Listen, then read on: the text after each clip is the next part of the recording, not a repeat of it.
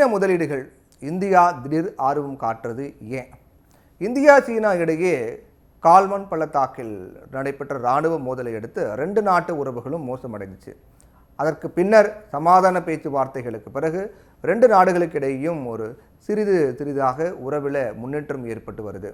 குறிப்பாக லடாக் எல்லையில் 2 நாட்டு இராணுவத்தின் எண்ணிக்கையை குறைக்கவும் அவரவர் இருந்த இடத்திலேயே நிலை கொள்வது அப்படின்னும் 2 நாடுகளும் முடிவு செய்ததை அடுத்து உறவுகள் சீரடைந்து வருவதாக தெரியுது. மேலும் உக்ரைன் போரில் மேற்கத்திய நாடுகளுக்கு ஏற்பட்ட பெரும் பொருளாதார இழப்பு, சீனாவுடன் நெருக்கமாக இருக்கும் ரஷ்யாவுடன் இந்தியா பாராட்டும் நட்புறவு, கனடா நாட்டில் கிளப்பிவிடப்படக்கூடிய இந்திய எதிர்ப்பலை, ஈரான் விவகாரத்திலும் கச்சா போரிலும், அதாவது ஈரான் விவகாரத்தில் இந்த கச்சா எண்ணெய் இது போன்ற விவகாரங்கள்லாம் நமக்கு பெரிய சிக்கலாக இருக்கக்கூடாது அப்படிங்கிறதுக்காக இந்தியா அதற்கான நடவடிக்கை மேற்கொண்டு வராங்க. இந்த காசா போரிலும் கூட இந்தியா வகிக்கும் நடுநிலைமை, போரை நிறுத்திவிட்டு பேச்சுவார்த்தை அப்படின்னு வலியுறுத்தப்படக்கூடிய கொள்கை ஆகியவை காரணமாக இன்னைக்கு உலக அளவில் நாடுகளுக்கு இடையேயான உறவுகளிலும் மாற்றங்களை ஏற்படுத்தி வருது. உலக அரசியல் சூழலை புரிந்து கொண்ட ரஷ்யாவும் சீனாவும் இந்தியா மேற்கத்திய முகாமில் முழுமையாக ஐக்கியமாகிவிடக் கூடாது அப்படிங்கிறதுல கண்ணும் கருத்துமாக இருந்து வராங்க. அதே நேரத்தில் மேற்கத்திய முகாமிலிருந்து இந்தியாவுக்கு நெருக்கடி தரப்படுவது நிச்சயமாக இந்தியாவின் வளர்ச்சிக்கு ஏற்றது அல்ல அப்படிங்கிறதையும் இந்தியாவும் புரிந்து கொண்டிருக்காங்க.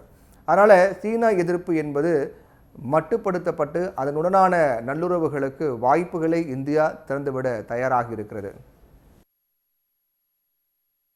சீனாவும் அதற்கு கை கொடுக்க தயாராகி வருவதாகவே தெரியுது. இந்த நிலையில் இந்திய தொழில்கள் கூட்டமைப்பின் சார்பில் உலக பொருளாதார கொள்கை அப்படிங்கிற தலைப்பில் நடைபெற்ற கருத்தரங்கில் பேசிய 16வது நிதிக்குழு ஆணையத்தின் தலைவர் அரவிந்த் பனகாரியா, சீன முதலீடுகள் இந்தியாவுக்கு முக்கியம் அப்படின்னு சொல்லியிருப்பது அனைவராலும் கூர்ந்து கவனிக்கப்படக்கூடிய விஷயமாக ஆகியிருக்கிறது. அமெரிக்கா மற்றும் ஜெர்மனி போன்ற வளர்ந்த பொருளாதார நாடுகள் பின்பற்றக்கூடிய அணுகுமுறையோட இதை ஒப்பிட்டு சீனாவில் இருந்து வரக்கூடிய முதலீடுகளுக்கு திறந்த கைகளை கொண்டு வரவிருக்கும் அணுகுமுறையை கடைபிடிக்க வேண்டும் அப்படின்னு அவர் சொல்லியிருக்கார்.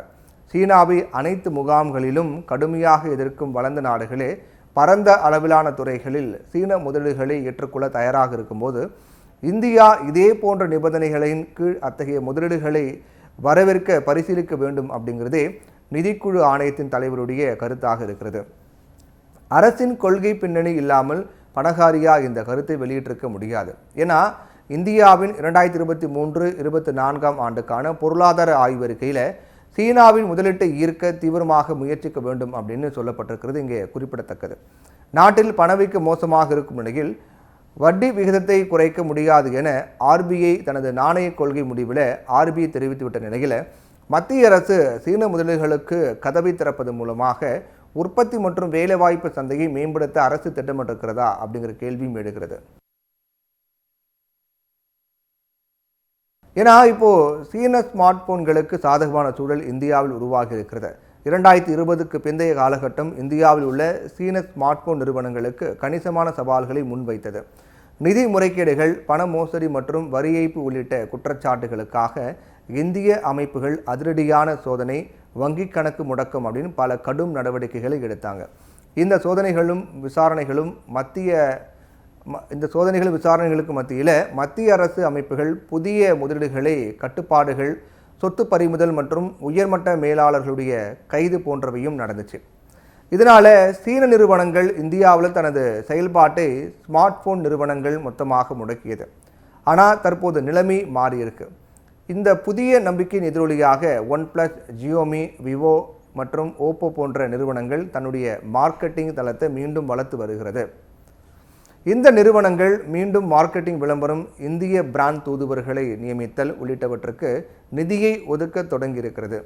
இதன் அடுத்த கட்டமாக சில முக்கிய துறைகளிலும் சீனா முதலீடுகள் வர வாய்ப்பு இருக்கிறது. அதே நேரத்தில் தேசிய நலன்களுக்கு ஆபத்து ஏற்படக்கூடிய சில முக்கியமான துறைகளில் மட்டும் விதிவிலக்குகள் இருக்க வேண்டும். மேலும் நட்பு அல்லாத நாடுகளை கருதப்படக்கூடிய நாடுகளிலிருந்து வரக்கூடிய முதலீடுகள் குறித்து எச்சரிக்கையோடு இருக்க வேண்டும் அப்படிங்கிறது நிதிக்குழு ஆணைய தலைவர் பனகாரியா சொல்லியிருப்பதையும் கவனத்தில் கொண்டு செயல்பட வேண்டும் அப்படிங்கிறது தான் எல்லாருடைய எதிர்பார்ப்பாகவும் இருக்குது.